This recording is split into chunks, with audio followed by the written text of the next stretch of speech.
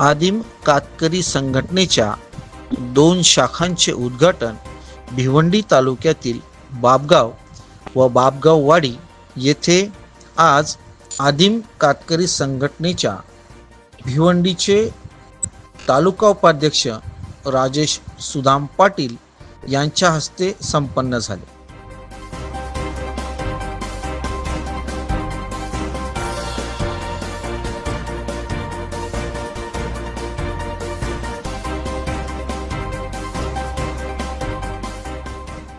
या शाखा उद्घाटनाच्या कार्यक्रमाच्या अध्यक्षपदी आदिम कातकरी संघटनेचे संस्थापक जगन दिवे, महाराष्ट्र राज्य अध्यक्ष हरेश वाघे, ठाणे जिल्हाध्यक्ष काळूराम वाघे, ठाणे जिल्हा सचिव सुनील वाघे, मुरबाड तालुका अध्यक्ष मंगल वाघ, भिवंडी तालुका अध्यक्ष दीपक सवार,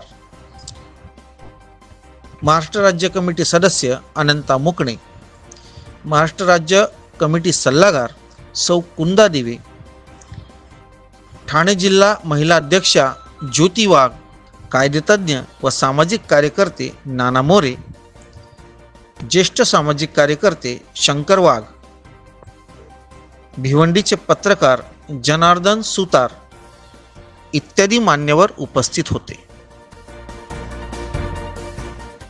कार्यक्रमाच्या सुरुवातीला भिवंडी तालुक्यातील बाबगाव व बाबगाववाडी या ठिकाणी महाराष्ट्र राज्य आदिम कातकरी संघटनेच्या फलकाचे अनावरण करण्यात आले।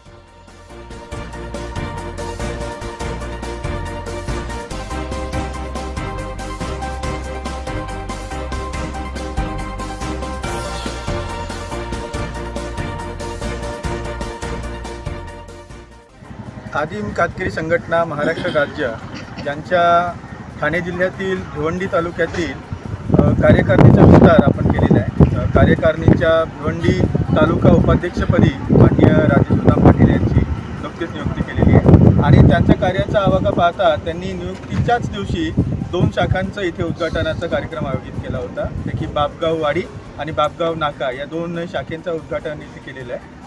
परिसरातील सर्व आदिवासी स्त्री पुरुष महिलांना राजेश पाटील यांच्याबद्दल आदर आहे आणि त्यांच्या कामाबद्दल त्यांना आपुलकी आहे, म्हणून मोठ्या संख्येने भिवंडीच नव्हे तर आजूबाजूच्या तालुक्यातील लोकांनी सुद्धा उपस्थिती दर्शवलेली आहे आणि राजेश पाटील यांच्याबद्दलचं प्रेम आणि त्यांना नवीन पदाची दिलेली जबाबदारी याचं स्वागत करण्यासाठी किंवा त्यांना सहकार्य दाखवण्यासाठी हा मोठा जनसमुदाय इथे उपस्थित आहे। या कार्यक्रमात भिवंडीचे राजेश सुदाम पाटील यांना संघटनेचे प्रवेशपत्र देण्यात आले।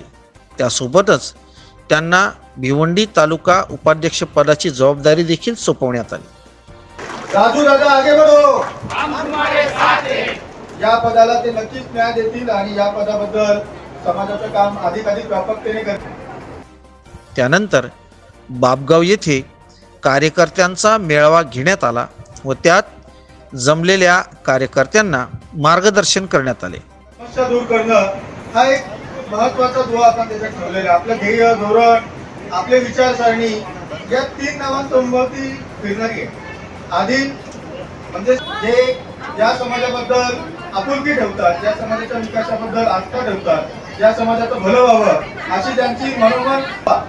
आपण जातीचं राजकारण करणारे नाही आहोत, आपण धर्माचं राजकारण करणारे नाही आहोत, पण समाजाबद्दल भलं किंवा समाजाचा विकास करण्याची वृत्ती जर कुणामध्ये असेल तर त्या सर्वांना सोबत घेऊन जाण्याची आपली मोहीम असणार आहे। मला एक आमच्या पदाधिकाऱ्यांनी सूचना केली की या भिवंडी विभागातील माननीय राजेश दादा पाटील हे एक चांगली व्यक्ती आहे जी समाजाचं चांगलं काम करते, समाजाला पुढे घेऊन जाण्याचं काम करते आणि त्यांना आपल्यासोबत जोडून आपल्या समाजासाठी काही मूलभूत काम करायचे आहे। त्यांना थोडंसं आपल्या समाजाचं भलं व्हावं, त्यांना मदत करण्याची खूप मोठी त्यांच्या मनामध्ये सवय आहे किंवा त्यांना मदत करण्याची त्यांची प्रवृत्ती आहे।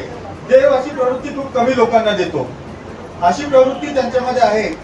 हिऱ्याची पारख ही सोनाराला असते, हिऱ्याची पारख ही त्याचं मूल्य जाणणाऱ्याला असते। आपली संघटना ही गुणग्राहक आहे, दूरदृष्टिकोन साधणारी आहे। जर राजूदादा पाटील हे आपल्या समाजासाठी इतकं चांगलं काम करण्याच्या मनशेने आपल्याकडे आले तर त्यांना हवी ती जबाबदारी देणं, त्यांचं आपल्या समाजासाठी योगदान घेणं आणि त्यांना जी मदत लागेल ती मदत समाज म्हणून त्यांच्या पाठीशी उभे राहून करणं, ही भूमिका आपल्या संघटनेची आहे. आपल्या संघटनेचे सर्वच पदाधिकारी आपण एक अनुभवलं असेल की 15 ते 20 गाव कमिट्यांचे फक्त 3-4 सदस्य इथे आलेले आहेत.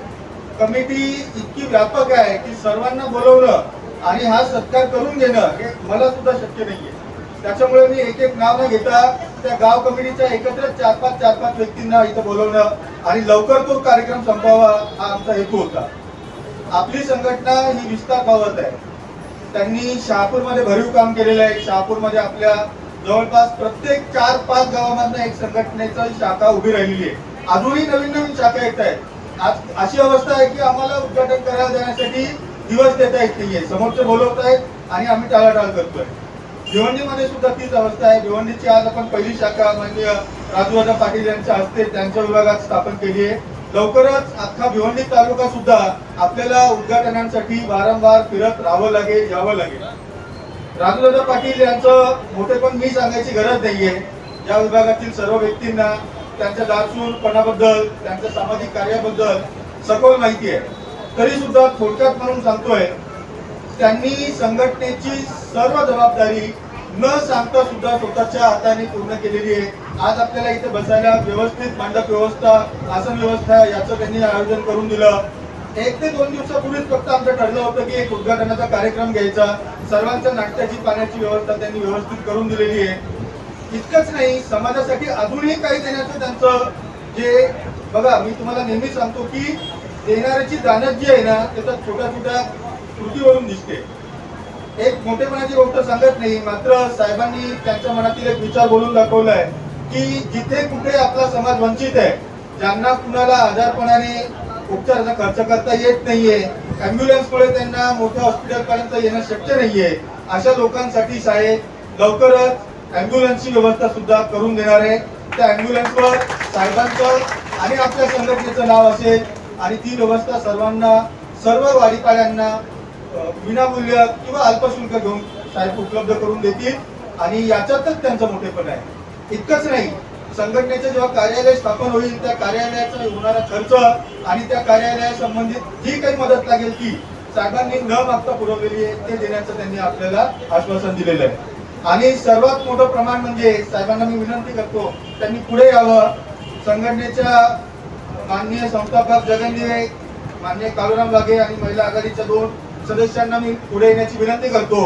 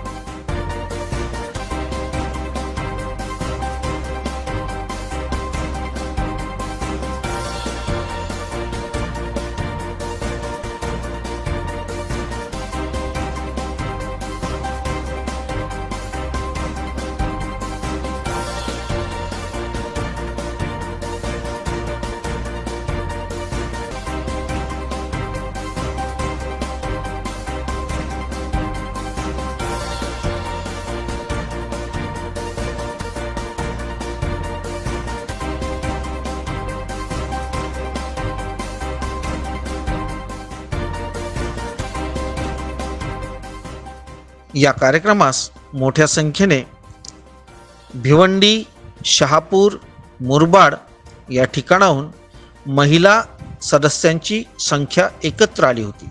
त्यासोबतच पुरुष सदस्यांनी देखील मोठ्या संख्येने या कार्यक्रमास हजेरी लावली होती.